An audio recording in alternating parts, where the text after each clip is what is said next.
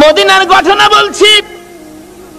শিকারী দুই পাহাড়ের মাঝখানে সুতার জাল ফিট করছে। জাল মাছ মারে না জাল দিয়া? না সুতার, পানির থেকে তো মাছ মারে জাল দিয়া। শিকারী দুই পাহাড়ের মাঝখানে সুতার জাল ফিট করছে হরিণ ধরার জন্য। সুতার জাল, কিতাবে লিখছে জাল ফিট করছে। গাছগাছার মধ্যে লাঠি দিয়া বাইরেইতেছে, দাও ধাক্কা দিতেছে। হরিণ থাকলে দৌড় দিবে নিরিবিলি রাস্তা দিয়ে, এমনি তো সুতার জালে আটকা পড়ে যাবে। এভাবে লাঠি দিয়া বাইরেইতেছে বাবলা কাটার জঙ্গলার মধ্যে। এক হরিণী এই জঙ্গলার থেকে জীবন বাঁচানোর জন্য দৌড় দিয়ে সুতার জালের মধ্যে পেঁচ খায়া গেছে। শিকারী দৌড়ায় যাইয়া ভালো করে পেঁচাইয়া বিরাট বড় হরিণ কাঁধে করে আনা যায় না। কিতাব লেখে শেষরাইয়া আনতেছে। হরিণী তার বাসায় কান্দে আর ডাকে, শিকারী রে তোর পায়ে দড়ি রে শিকারী, আমারে ছাইরা দে, আমার ছোট্ট দুইটা বাচ্চা অনাহারে মারা যায়। এত কান্দে রে শিকারী, শোনে না। একটা গাছের গোড়ায় নিয়ে এই পেঁচানো হরিণ জাল সহ বাইদা শিকারী একটু দূরে চলে গেলে এই পথ দিয়ে আসতেছে রাহমাতাল লিল আলামিন। সকল প্রাণী দুঃখ আমার নবী বুঝতেন কিনা বলুন? শুধু এটাই শেষ নয়, নবীর জীবনী সাহাবীদেরকে নিয়ে নবী আলোচনায় বসলেন। এমন সময় একটা দোয়েল পাখি দৌড়ায় এসে নবীর সামনে বসে গেছে। সাহাবীরা, হুজুর দোয়েল পাখি মানুষের কাছে, পাখি তো মানুষ দেখলে পালায়। রাসূল বলেন তার মনে কোনো দুঃখ আছে, তোমরা চুপ থাকো। একটু পরে আরেকটা বাজ পাখি পাশে বসে গেছে। হুজুর একটা বাজ পাখি আইছি, তারও কোনো দুঃখ আছে, তোমরা বসো। রাসূল জিগায়, দোয়েল পাখি কি দুঃখ তোমার? দোয়েল পাখিটা কাতর সুরে বলতেছে, হুজুর এই বাজ পাখিটা আমার সারাদিন যাবত দৌড়াইতেছে, ধরতে পারলে আমার কলিজাটা খুইলা খাবে। আল্লাহর নবী গো, এই বাজ পাখিটা আমারে খাইবার জন্য দৌড়াইতেছে, হুজুর আমার এটা মনে বড় দুঃখ। কয় কি তোমারে খাওয়ার লেগে দৌড়াইতেছে? এই বাজ পাখি তুমি? হুজুর সন্ধ্যার সময় গাছের ডালে বইছি, পেটে খিদা, এই খিদা নিয়ে সারাদিন এটারে দৌড়াইতেছি, হুজুর দরতাল্লে আমি খাই আমার কলিজাটা ঠান্ডা করুম হুজুর। রাসূল দেখে সমস্যা কাউর চেয়ে কাউর কম না। আমার নবী ডাকতেছে, দোয়েল পাখি আয় আয়, তোরে খাইতে চাইতেছে, আয় দিগায়। হাতের মধ্যে নিয়ে নবীজি আদর করে বলে দিলেন, যাও যাও তুমি চলে যাও। দোয়েল পাখি চলে গেছে। বাজ পাখি কয় খাইছে, দোয়েল ছেড়ে দিছে, আমারে সাইজ করব। নবীজি ডাকে, দোয়েল পাখি তুমি চলে গেছো? বাজ পাখি, জি আসো। হুজুর ছাইরা দেন, আমি খাইতাম না। জায়গা হুজুর আমি জীবন আর খাইতাম না, আমি ছাইরা দেন। নবী কয়, তোমার পেটে যখন খিদা তুমি আয়ো না, একটা কাইক সামনে দে, আবার দুই কাইক পিছে যায় না। আর এইটা কতছো কেন বেটা, আস না সামনে আয় না। আরে বেটা আয় সামনে আয়। হুজুর মাফ করে দেন, আমি খাইতাম না জায়গা হুজুর। আমার নবীটা, হ্যাঁ বাজ পাখি তোমার যখন পেটে বড় খিদা, আয় আমার পাশে আয়, আমি নবীর গাল থেকে দুই টুকরা গোশত খাইয়া তোর কলিজা ঠান্ডা করে যা।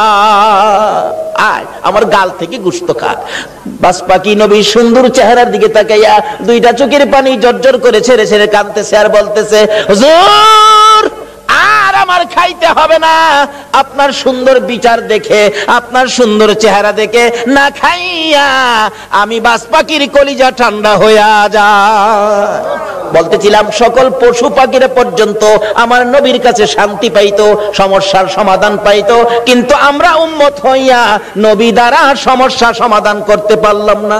বলতেছিলাম হরিণী আমার নবীকে দেখে দুইটা চোখের পানি ছেড়ে ছেড়ে কান্দে, মাবুদ মনের দুঃখ কার কাছে কমুখ?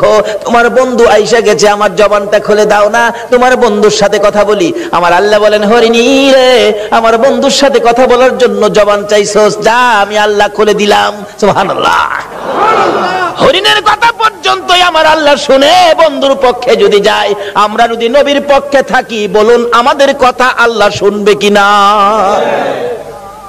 ডাকতেছে, হরিণী আয়, কি দুঃখ তোর? কয় জালের ভিতরে হুজুর আমার দুইটা বাচ্চা, হুজুর সবে মাত্র প্রসব করেছি, পেটের খিদায় ঘাস পানি খাইতে আসছি, আমার শিকারী জাল দিয়ে ধরে ফেলাইছে।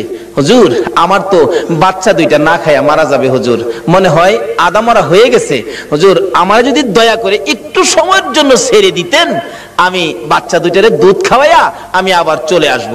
হুজুর দিবেন কি? রাসূল বলেন ঠিক আছে। নবীজি জালের পেঁচ খুইলা জালটা নিজের হাতে লইয়া এবার হরিণ দিছে ছাইরা। হরিণ তো দৌড়ায় যাইতেছে আর শিকারী এদিক দিয়ে আইসা পড়ছে। আইসা জিগায় আমার হরিণ কই? হরিণ ছাইরা দিছি। আরে কোন কি আমি হরিণ ধরলাম, ছাইরা দিলেন আপনি? কবাটা চিন্তা করিস না, হরিণ কিছুক্ষণের মধ্যে ফিরে আইব।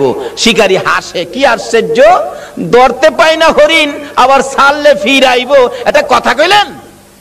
আচ্ছা আপনাদের ধারণা কি যেই নবী হরিণ ছাড়ছে হরিণ আইব কিনা? কেন আমরা না চিনলেও হরিণ এই নবীরে শিকারী আশ্চর্য হই আমার নবীরে দমক দিতেছে। আমার নবী বলেন শিকারীরে দমক দিস না রে, যতক্ষণ পর্যন্ত তোর হরিণ না আসবে আমি নবী এই গাছতলা ছাড়বো না। চিন্তা করিস না। হরিণী দৌড়ে যাইয়া বাচ্চাদের সামনে হাজির, চোখের পানি ছাড়তেছে। বাচ্চারা জিজ্ঞেস করে মা এইভাবে কান্দো কেন গো মা? হরিণ কোনো কথাই কয় না, খালি কান্দে। বাচ্চারা বলেন মা কেন কান্দো?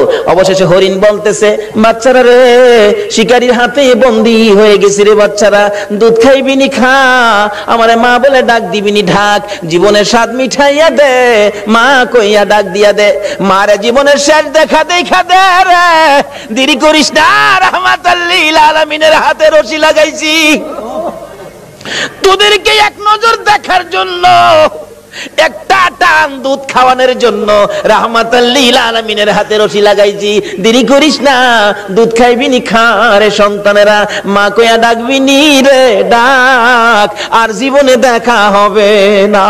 বাচ্চা দুইটা একটার সাথে আরেকটা কি যেন কথা বলতেছেন, এ কথাই একজন আরেকজনকে বলে ও শোনো, এক ভাই আরেক ভাইকে বলতেছেন হরিণের বাচ্চারা, মা বলে আমার নবীর হাতে রশি লাগাইছে, এই বেয়াদবি মা করেছে, জীবন দিব রে মার দুধ খাইবো না। আল্লাহু আকবার। বাচ্চা হরিণ হইয়া নবী চিনে, উম্মত হইয়া নবী চিনলাম না। নবীর যারা চিনেছে, নবীর পক্ষে যারা গিয়েছে, বলুন তাদের সমস্যা আছে না দূর হইয়া গেছে? দূর হয়েছে। কিভাবে দূর হয়েছে বাস্তবে আসুন। ছোট্ট ছোট্ট বাচ্চা সবে মাত্র দুনিয়ায় আসছে, একজন আরেকজনের কানে কানে কয় যে মা নবীর হাতে রশি লাগাইছে, এ মার দুধ আমরা খাইতাম না। দুইজন অভিমান করে বসে আছে, মার কাছে আসে না, কথাও কয় না। মা বারবার ডাকে সন্তানেরা রে আয় দুধ খায়া দে, চোখের পানি ছাড়ে আর ডাকে।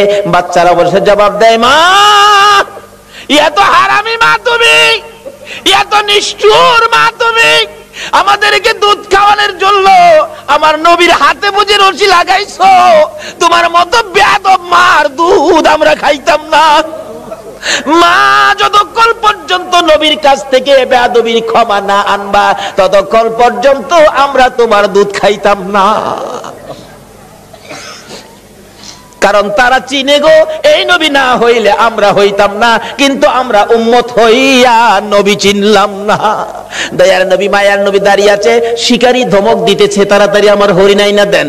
এমনি সময় বাচ্চা দুইটা বলে মা চলো না আমরাও নবীর কাছে যাব, তোমার বেয়াদবির ক্ষমা আনবো। বাচ্চা দুইটার সঙ্গে করে হরিণী আসতেছে, কাছাকাছি আসার পর নবীরে ধমক দিতেছে। হরিণ দূর থেকে ডাক মারছে, আরে শিকারী তোর পায়ে ধরে আমার নবীরে ধমক দিস না রে, আমার নবীর ধমক আমি সইতে পারি না রে। আল্লাহু আকবার। আমার নবীর কষ্ট হরিণ হইয়া সইতে পারে না, আমরা উম্মত হইয়া কেমনে সইলাম গো। হরিণ ডাকতেছে শিকারী রে দমক দিস না রে, আমার নবীরে দমক দিস না, পিছনে চাইয়া দেখ আমি আইসা গেছি। শিকারী পিছনে চাইয়া দেখে হরিণ গিয়েছিল একটা, অহন দুইটা বাচ্চা ও সাথে মোট তিনটা দেখা যায়। হরিণ দেখে আর কিছু কয় না। বাচ্চা হরিণ দুইটা যখন নবীর সুন্দর চেহারা দেখা যায়, মায়ের আগে আগে বাচ্চা দুইটা যাইয়া আমার নবীর দুইটা পাও মুবারকে পড়ে গেছে। হুজুর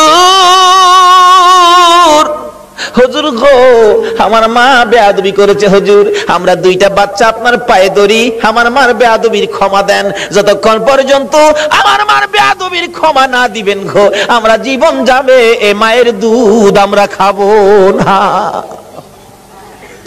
আমার নবী ডাকে, শিকারী রে বল এবার হরিণ কোনটা নিবি? বড় হরিণটা নিবি না বাচ্চা দুইটা নিবি? না, যেই নবী হরিণ ছাড়লে হরিণ আসে সেই নবীরে নিবি। শিকারী একবার নবীর দিকে চায়, আবার হরিণের দিকে চায়, আবার বাচ্চাদের কাণ্ড কারখানা দেখে শিকারী একটা চিৎকার মাইরা ডাক মারছে, হুজুর আর আমার হরিণের দরকার নাই গো, যেই নবী হরিণ একটা ছাড়লে তিনটা ফিরে আসে গো, আমার সেই